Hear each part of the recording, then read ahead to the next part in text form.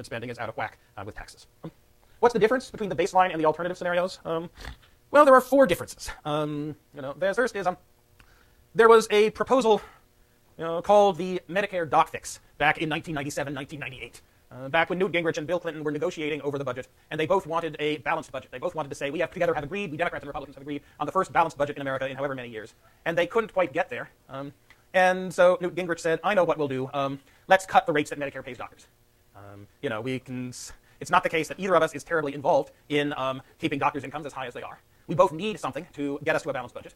Neither of us wants to make any other concessions. Let's include this doc fix to Medicare reimbursement rates, and so we can then announce we have a balanced budget. And they did so, and Congress passed their budget, and then the assembled doctors of the United States showed up on Capitol Hill furiously lobbying, saying, no, don't do this to us. We can't afford such a huge hit to our incomes. Please repeal the doc fix. And you could see the light bulb going on over the head in the members of Congress. Here are all these lobbyists showing up. They're willing to make enormous campaign contributions and get the doctors they represent to make enormous campaign contributions to us if we promise not to let these reductions in Medicare payments go into effect. So, I don't know, let's say if you give us large enough campaign contributions, we won't let them go into effect. And say you need to keep giving us campaign contributions or else someone will be elected to fill my seat who won't understand how important this is to you. And so they said, let's extend it, but we're only going to extend it for 1 year. And so they extended it for 1 year, and then they sat back and waited, and next year the lobbyists showed up, and once again they did the same thing, and they extended it for 1 year again. And it became a fundraising tool for members of Congress. Right? That if you extended this, if you wrote this into law permanently, rather than just as a 1-year postponement of this reduction in Medicare payments, then the lobbyists would stop showing up, and the campaign contributions would stop flowing, and you'd have to spend more of your time back in your district begging for money. By contrast, you simply each year extend the doc fix by 1 year, and you have a guaranteed money flow as long as you promise to extend it again next year. Congress is very happy with this doc fix being an every-year thing. Indeed, I think the latest extension was only for 6 months. But the baseline scenario assumes that the Medicare doc fix will go into effect in 6 months.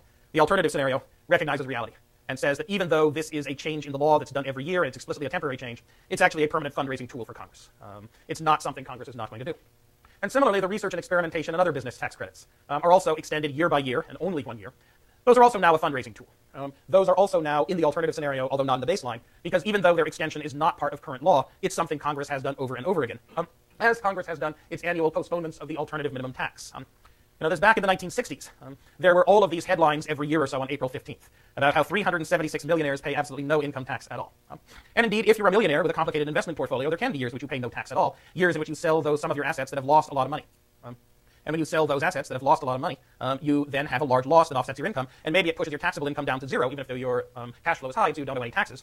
So Congress introduced this alternative minimum tax that said, we don't care how much you're taking in the way of tax losses or capital losses or other deductions. If you're making a lot of money, you're going to pay some tax. Problem was that when the rest of the tax code was indexed to inflation in the early 1990s, the alternative minimum tax was not. And so every year the price level rises by 2%. The alternative minimum tax begins to hit not just millionaires, but a bunch of upper middle class people, largely in California and New York. And every year Congress extends the alternative minimum tax fix. Add those four things together, and those are about a quarter of the difference between the baseline scenario and the alternative scenario. The big differences come because of the Affordable Care Act, the health care reform bill of last year, and they come in two ways. They come in a tax on high-cost health plans. If you're an insurance company, and if you charge the people who you sell insurance to too high a sticker premium for their policies, we're going to tax that premium, and we're going to tax it extremely heavily. The Congressional Budget Office thinks that tax is going to raise a huge amount of money over the next 65 or the next 75 years because it expects healthcare costs to keep on rising, because it expects us to live longer, and it expects our doctors to invent more ingenious and more costly ways to help us live longer, and that those will tend to push the price of health insurance up and to push it up faster than the rate of inflation and faster than the growth of incomes. And so putting a tax on high-cost health plans will wind up raising an awful lot of money, come 2080, come even 2040.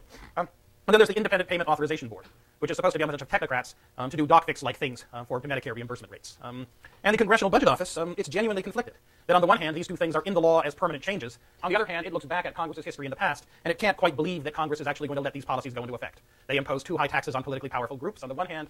They require that governments cut spending to politically powerful Medicare groups on the other. The alternative scenario assumes that these two large provisions of the Affordable Care Act are going to be effectively gone within a decade. That's the difference between those two scenarios. And so one way to look at America's long-run fiscal problems is that, well, if only we're careful when we change the law to find revenues to cover any spending increases that we enact, or to find spending cuts to cover any tax cuts we enact, then we're actually fine. The other way to look at it is that the Obama administration in 2010 passed a bunch of laws as part of the Affordable Care Act that Congress is almost certain to repeal fairly quickly, and we need to find fixes now to replace the revenue-raising and the cost-reducing parts of the Affordable Care Act that Congress is probably going to repeal pretty quickly. And I think those both are fairly equal, the valid ways of looking at it. The most interesting question from my point of view is exactly where does this problem come from? Why is it that government healthcare spending is projected to grow, or has grown from 3% of GDP back in the early 1990s to 6.5% of GDP today, and up to 19% of GDP by 2080? And it's not because the U.S. government pays a much larger share of healthcare costs than other countries' governments do. Other industrial countries, in fact, pay a much larger share of healthcare costs than the U.S. government does. Other industrialized countries tend to pay 80% or so of healthcare costs, while the U.S. government now pays about 50%. And it's not, well, let's take a look. It's not because the U.S. government is incredibly inefficient at providing healthcare. As the Veterans Administration is rather efficient at providing healthcare, perhaps the most efficient large healthcare organization in the United States. Medicaid care is not terribly good, but the government doesn't pay very much for it. It's incredibly cheap. Medicare is about as efficient as private insurance in the sense of bang for buck that you get on average. What is different about the American system and other countries is simply we spend a lot more.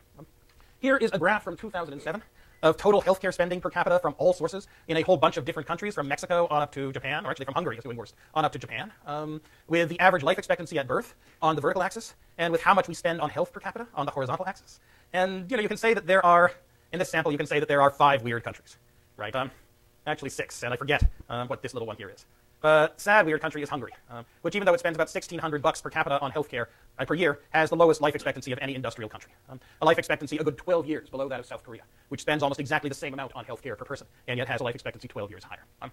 So South Korea and Japan are there in the running for those countries that appear to be fittest, in the sense of having the highest life expectancy at birth, given how much they're spending on healthcare. Mexico spends the least on healthcare of all the members of the Organization of Economic Cooperation and Development. Hungary seems to perform the worst in absolute life expectancy. The United Kingdom, Great Britain, is smack in the middle. And you can in general see an upward sloping relationship, by which if you spend an extra $1,000 per person on healthcare in a country, you're going to get another year and a half of average life expectancy, if you're an average country. And so that's what happens among average industrialized countries. And then you have this sucker right smack out here, spending $7,500 per capita per year on healthcare in, 2007? Yeah, in 2007. And in life expectancy being really, really unimpressive. Now, some of this is because the life expectancy number is not quite fair. That is, we rescue a bunch of 20 and 22-week preemie pregnancies that other countries do not, and record them as live births rather than miscarriages. And then they effectively all die. And that gives us relatively high infant mortality, because other countries just don't report a baby that lives for 3 minutes, who's only been gestating for 20 weeks as a birth at all. Some of it is that we have a relatively high murder rate and relatively high accident rates, and those really aren't part of healthcare. Yet they enter life expectancy. Some of us is that we as a country are relatively fat, and that's a risk factor. And you can argue that the fact that we're fat is to do with the fact that we live in suburbs and drive every place, rather than having more healthy lifestyles, and that's actually not the fault of our healthcare system going wrong. But make all those adjustments, and you still haven't gotten our life expectancy at birth up to 80. We're still doing no better than the average industrialized country in terms of life expectancy. And we're spending 3 times as much as the average other industrialized country. And within the United States, it's not at all clear what we're getting for our 3 times as much that we're spending on healthcare. Here we see the Dartmouth Atlas of Healthcare's numbers on Medicare spending per district, which extends from $4,272 spent on average per Medicare beneficiary. I think that's Western North Carolina here, that your average person over 65 on Medicare only costs the government $4,000 and change a year, as opposed to, I think, is it Manhattan, where they bill Medicare for $11,000 a year? Los Angeles, too. In fact, most of California. So we have a spread of at least 2.5 to 1, of more than 2.5 to 1, in how much Medicare spends on patients in different hospital districts in the United States. Can you see a difference in quality of care and spending? I can't, right? Basically, the quality of care measure goes by and looks at hospital admissions and says how many people who show up with a heart attack or with general heart failure or pneumonia get the recommended treatment. And it varies from 75% in some districts on up to 87% in others, but there's no correlation between how much Medicare bills pays for your average patient in a state, and to the extent people get the kind of recommended care that the doctors' groups recommend. So we have this enormous difference in spending between what we spend on healthcare and what other countries spend on healthcare, and we don't seem to get very much for it, either when we look across countries at what other countries are doing in life expectancy, or when we look within the United States at what expensive regions of the United States are doing with respect to providing appropriate care protocols relative to cheap districts. And that's a big and remarkable problem. And without the fact that we're spending 3 times as much on healthcare as other countries, well, we wouldn't have this problem. If we weren't spending 3 times as much as other countries, we wouldn't be spending 6% of GDP on healthcare now. We'd be spending 2% of GDP. And we wouldn't be projecting that we'd be spending 19% of GDP on healthcare in 2080. We'd be projecting that we'd be spending 6% of healthcare, and that would be a lot. But that wouldn't be the kind of thing that would threaten to break the United States government's finances. It would be a large federal program, a program about as large as Social Security, if we added up all of our healthcare programs together, but no bigger than Social Security.